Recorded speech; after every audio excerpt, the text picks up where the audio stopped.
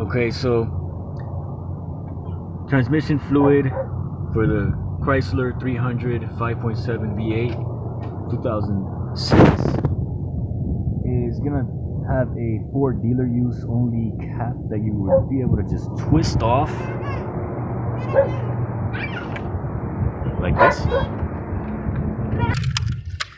We forgot our funnel at home today, so I'm just gonna roll up a piece of plastic that you can see how we cut, make our own quick funnel hack like this.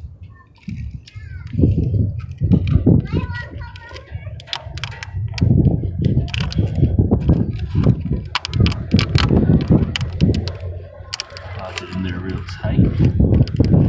Finger it for a second.